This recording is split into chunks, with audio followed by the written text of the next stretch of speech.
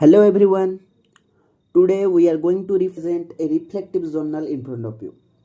Today we will be covering the topic how to teach English through activities and games at secondary school level. Now my dear friends, before moving forward, I would like to tell you what a reflective journal is. Reflective journal is a type of personal writing that allows individuals to reflect on their own experiences, thought and feelings. It is a tool used for self-reflection. It can used for variety of purposes like personal growth, learning and professional development. Everything we do for some purpose. Likewise, teaching English through activities also has some objectives like to develop the communicative competence among students, to enhance their vocabulary, to promote active participation of students. Therefore, integrating games and activities in English teaching is essential for meaningful language learning. Today, I would like to share a real life classroom incident that occurred during an English class.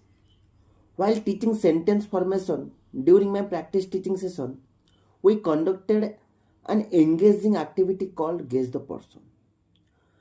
In this activity, students were asked to describe their classmate using simple sentence. One student described his friend by saying he is very tall and plays football. This created excitement in the classroom and many students eagerly began guessing different names. Another student described a girl by saying she is kind and always help others. However, some students initially used only single words such as tall or good. A few students also hesitated to speak due to lack of confidence.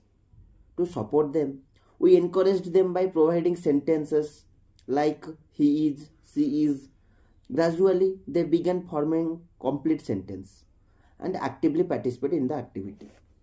This incident demonstrated how classroom games can create enthusiasm and promote active learning.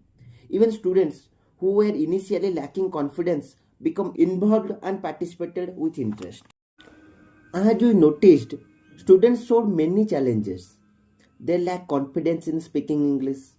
They also feared of making mistakes. Some level of anxiety is also noticed. After we played the activity, students become naturally active and socially curious. Students showed active participation, interest, and enjoyment during the activity. Many learners raised their hands to describe classmates. They listened attentively and responded quickly while guessing. Their correct use of adjectives like tall, helpful, friendly, and intelligent indicated vocabulary learning. The lively classroom atmosphere and the peer interaction were clearly evidence of engagement. From teachers' perspective, we realized that activity-based teaching increases motivation and confidence in language learning. Students learn English better when they use in communication rather than memorization rules. However, we judged that activity must be structured carefully to ensure grammatical correctness and equal participation. To support weaker and shy students, we provided sentence frames such as he is, she is. We also ensured term-wise participation so that dominant students did not control the activity. We monitored students' speech and gently corrected errors without interrupting fluency. These adaptations helped making the activity inclusive and effective. This teaching experience helped us understanding that English learning become meaningful when students actively use language in social interaction. Activities and games reduce fear, increase confidence, and promote natural language use. We learned that the teacher's role changes from lectures to facilitator in activity-based classroom. We also realized the importance of planning instructions, time management, and scaffolding support for learners. Teaching English through activities and games at secondary school level creates a joyful, communicative, and learner-centered classroom. It improves vocabulary, speaking ability, and participation among students. Although careful planning and guidance are required, this method is more effective than traditional teaching. Repeat the past perfect tense. Had gone, had seen. All right, everyone, look at the card. What is the elephant doing? It is running. As future teachers, We will continue to use activity-based strategies to make English learning interesting, inclusive, and practical for secondary school learners. Thank you.